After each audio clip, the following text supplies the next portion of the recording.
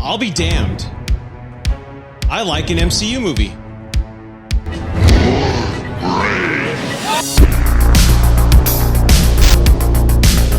Hey everybody, welcome to Gen X Reviews, and I'm going to talk about Guardians of the Galaxy Part 3, Volume 3, whatever it's called. And if you know me, I have been an advocate Marvel hater. Now, I didn't hate anything before Endgame. I was getting tiresome with some of the older movies, but anything post Endgame, I have not been a fan of, for the exception of Doctor Strange, Multiverse of Madness. That was pretty fun.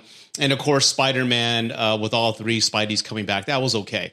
So those are the only two that I've liked. I didn't say I loved them, but I haven't been a fan. And my main complaints with the MCU have been the tone, the lack of really vesting in emotional depth with characters, true stakes in certain situations. And really, every character always felt safe in Marvel films. And if they died, they came right back. And I just really felt no emotional investment anymore because I knew the MCU wasn't going to take any chances. But, oh my God, Guardians of the Galaxy 3 totally shocked me. And I'm really excited that James Gunn has the novelty to explore these depths, because this did not feel like an MCU film, nor did it feel like a film made by Disney. It was a film which felt like a true closing of a trilogy. We had all the character arcs that we have grown fond of. That's, for example, I'm not going to get into too much spoilers here, but it felt like a very true and emotionally vested closure, an appropriate closure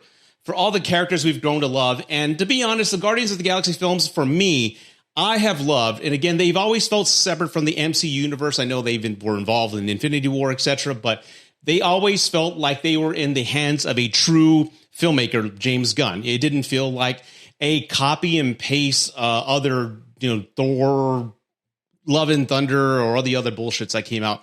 It really felt like the person making the film, the person behind the camera, loved these characters. And let's be honest, if it wasn't for James Gunn, we would not know who Star-Lord was, or Drax the Destroyer, or Nebula. And none of these characters were household names before 2014, and now here they are.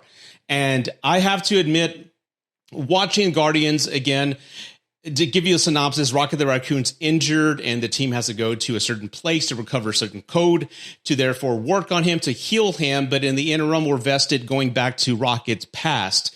We see how he became Rocket Raccoon, where he got the name, and the friends that he made while that whole transition was taking place. And while revisiting Rocket Raccoon's history and past, we got to see the High Evolutionary, played by an actor, I'm going to butcher his name, Chukwudi Iwuji. God, I messed that up. I'm sorry if I did, but he was also in Peacemaker. He was great in Peacemaker. And to be honest, this is one of the first villains I've ever really felt in the MCU that I wanted to see him die horribly and brutally, because if you don't know me, I have a soft spot for animals, children, and the elderly. In other words, the defenseless. So some of the scenes in this film, as many critics have talked about, is that there is really graphic scenes with animal cruelty. And believe it or not, I'm an emotional guy. I was crying a few scenes in this film because, again, I know these are CGI characters. I know they're not real, but the acting, the dialogue, and just the sympathy that you feel for them, and just the animations and how they feel pain, it's really heartbreaking. So if you're an animal lover, I'm pretty sure you've heard this, like every other critic is saying, you're going to feel, it's going to be tough. It's going to be a tough watch. And I don't know why, maybe I'm just an evil son of a bitch, but I went to a 10 a.m. showing, right, on a Saturday, because I don't like big crowds, especially with Marvel movies. I want to see it by myself. And a lot of families were bringing in kids, like babies. I'm talking like 4, 5, 8 years old. And I smiled because I knew the movie was going to be rough for them. You're something wrong with me? Fuck them kids. Fuck the kids? Anyway, going back to the film. The film is an emotional ride, and it has one of the best oneers. That one-shot sequence that they are trying to convince us is a one-shot, but it's not. It's just a bunch of CGI elements really just spliced together. But it's one of the best choreographed scenes in recent memory. It's stylistic, and it speaks James Gunn, and it speaks Guardians of the Galaxy, which, again, it has its own identity, which the MCU, in my opinion, does not have. Like certain franchises like Doctor Strange, Spider-Man, well, for the exception of Spider-Man, but let's say Kung Fu and the 10 Circles of Shao Kahn, all those other films, they don't feel unique. They feel like a Marvel copy and paste movie because they have the same beats.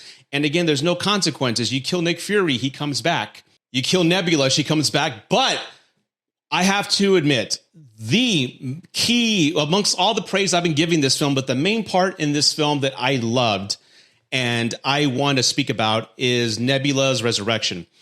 When Endgame ended and Nebula came back, I'm like, oh, here we go. They're going to fall back in love. It's going to be the typical no consequences to death scenario in the MCU. But I really want to applaud James Gunn and the writing because, again, spoiler alert here, there's no happy ending here. She doesn't fall back in love with Peter Quill. She kind of sees and understands how they may have been a great couple, but she is her own person now. She's different.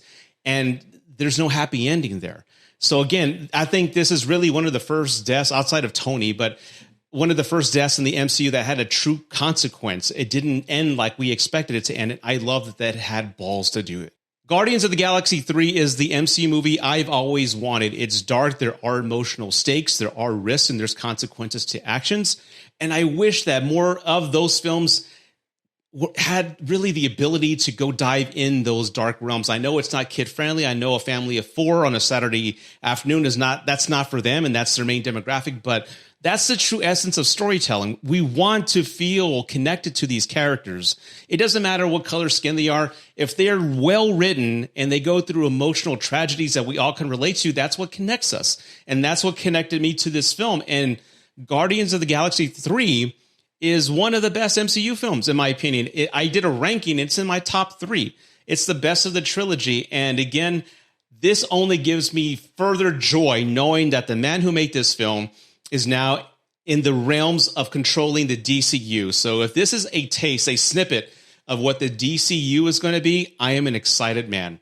And I hope you enjoyed this review. Please subscribe, like it, put some comments below. I want to hear from you. I want to know if you loved Guardians of the Galaxy 3 like I did, the best of the best of the trilogy, and what, in my opinion, the top 3 MCU films. If you believe that, let me know. Put some comments below. I'd love to hear from you.